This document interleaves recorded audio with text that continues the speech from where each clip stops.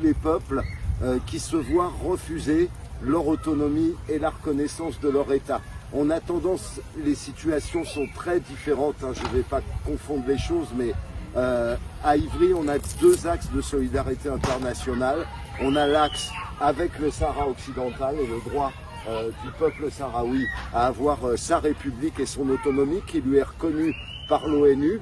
Donc c'est pas quelque chose qu'on invente, c'est quelque chose qui est internationalement reconnu et qui doit être, c'est le droit international qui doit s'appliquer ici, comme d'ailleurs en Palestine, pour la reconnaissance d'un État dans les frontières de 1967.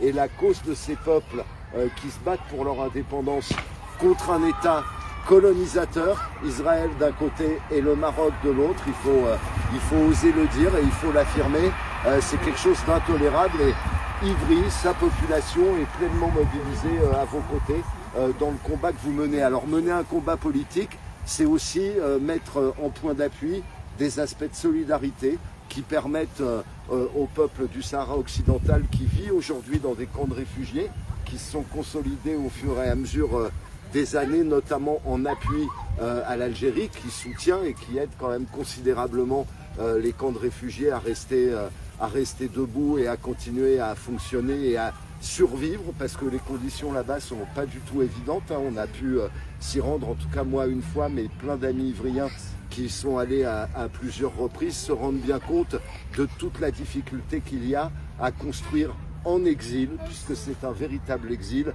un État, et de rester malgré tout un État debout et un État qui porte des valeurs absolument progressistes. Je pense notamment à la place des femmes dans le gouvernement sahraoui et dans la société sahraoui en général. C'est vraiment un État. Et si le Maroc a tant de mal à tolérer cette émergence, c'est aussi parce que les valeurs portées par cette République sahraoui en exil, c'est des valeurs de progrès qui, si elles venaient à être reconnues par la création d'un État, pourraient déstabiliser, je vais le dire comme ça, par les valeurs qu'ils portent, l'ensemble des pays, de quelques pays autour qui sont quand même, il faut le reconnaître, qui ne sont pas des démocraties, quoi. Il faut le dire comme ça, et je pense notamment au Maroc. Donc on est vraiment très heureux, on est très heureux que cette solidarité elle se traduise depuis maintenant beaucoup d'années par l'accueil d'enfants sahraouis.